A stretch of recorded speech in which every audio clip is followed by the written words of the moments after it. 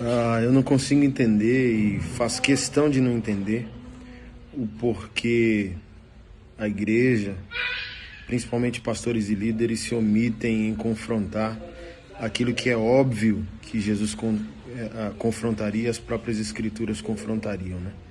Há um grande índice de violência cometida contra a mulher, violência doméstica e até mesmo feminicídio, patrocinado pelo silêncio da igreja, patrocinado pelo silêncio de muitos líderes. Eu não sei qual que é o motivo, e essa grande omissão faz com que a própria esquerda progressista, filosoficamente falando, crie essas narrativas esdrúxulas e desequilibradas que masculinidade bíblica é a mesma coisa que machismo, que patriarcado bíblico é a mesma coisa que machismo. Então o silêncio e a omissão reforçam a narrativa desse povo ideologicamente desequilibrado. Mas é tão digno da nossa ira e indignação o próprio silêncio dos pastores, porque a assimetria comportamental evangélica quer confrontar o pensamento filosófico e político da esquerda, mas está calado para aquilo que Jesus não estaria calado, mas está encobrindo aquilo que Jesus não encobriria. Ultimamente a gente tem lidado com essas questões de violência contra a mulher, assédio contra menor de idade, pedofilia, abusos e por aí vai. Então deixa eu falar algo para você. Nem todo pecado é crime, mas tudo aquilo que é tipificado como crime não pode ser considerado como pecado. Tem que ser denunciado, exposto, confrontado sim como pecado, mas depois de denunciado como crime. Acabou de chegar para mim hoje uma matéria, acho que de uma moça chamada Mariana Ferré, que há 1 ano e pouco, 2 anos, foi estuprada por um playboy desgraçado lá do Sul, amigo de grandes empresários no Brasil, e o caso vai amarrado, né? Parece que quanto mais influência, poder a pessoa tem, mais o caso se amarra, se arrasta, e vai ganhando estruturas sociais, né, que favorecem o opressor, o agressor, ao invés de favorecer a vítima. E, lamentavelmente, quando uma figura dessa de poder, de autoridade, de relevância social vem para a igreja, pastores malditos continuam a perpetuar esse tipo de silêncio e favorecimento, entende? Não, vamos perdoar, vamos... Vi uma matéria ontem do Papa Francisco, acho que já vencido, né, 2015, 2016.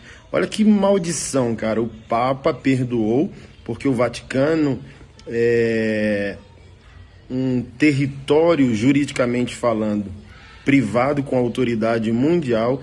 Ele perdoou um padre que hoje, acometido por HIV, mesmo já contaminado por HIV, estuprou mais de 30 crianças aqui na América Latina. É uma maldição. Aí o Papa vem e diz, não, a igreja precisa ser um lugar de mais misericórdia. Misericórdia para quem? Misericórdia para o abusador, para o estuprador, para o pedófilo? Ou o evangelho não é a prioridade para quem sofre, a prioridade para a vítima? Olha só, malditos abusadores, assediadores, pedófilos, para os malditos só há misericórdia depois da consciência do arrependimento. E, infelizmente, muitos desses seres humanos que o evangelho contempla em misericórdia e graça, só tomam consciência do dano que estão fazendo contra o outro quando nós tiramos tudo dele. Há perdão? Há perdão. Mas não há perdão antes da conscientização. Não há misericórdia antes que, como Zaqueu, o próprio indivíduo se torna consciente do que deve e diz, eu pagarei, eu irei ressarcir o que eu devo e o que eu fiz. Aí o Senhor diz, há salvação hoje aqui nessa casa.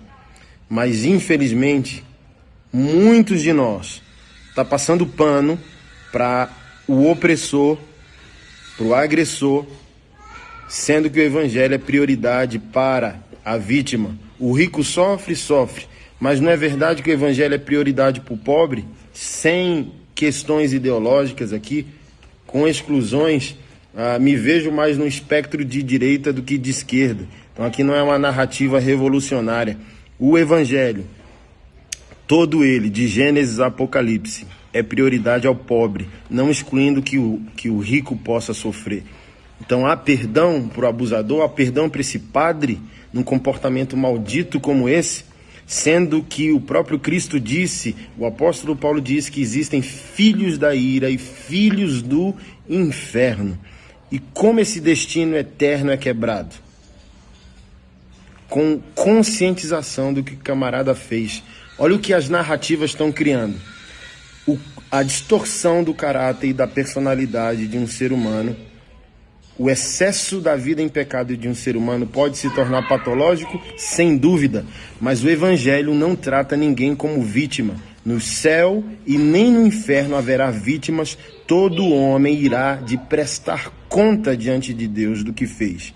Ah, eu sou um abusador porque fui abusado, ok, não vamos menosprezar e com tua consciência podemos te ajudar. Mas tu não pode se colocar diante do tribunal de Cristo como uma vítima. Ele não te considera uma vítima porque você pode não ser responsável pela ação que fizeram contra você, mas você é responsável pela sua reação. E quando, como vitimizado, você faz uma nova vítima, o Evangelho e Deus irá te responsabilizar. Nem no céu, nem no inferno haverá vítimas. Todos nós somos responsáveis pelos nossos atos. Então, a igreja e nós, líderes e pastores, não podemos ficar com esse papo de graça, papo de perdão. Maldito é maldito, culpado é culpado, e a graça de Deus e a graça do Evangelho só contemplará aquela pessoa quando ela fazer o cálculo do seu débito e não em remorso, mas em metanoia, decidir refazer a sua vida. E o primeiro sinal de refazer a vida é pagar o que se deve, é ressarcir aquele que foi acometido do dano. Então vem um papa e diz que o padre está perdoado. E as vítimas desse padre? Aí violência sem fim. Eu tenho vídeos aqui privados que eu recebo. Eu tenho um ministério que trabalha com restauração de homens, de mulheres e de famílias. Eu tenho vídeos aqui no meu computador, no meu celular, de pastores agredindo suas próprias esposas.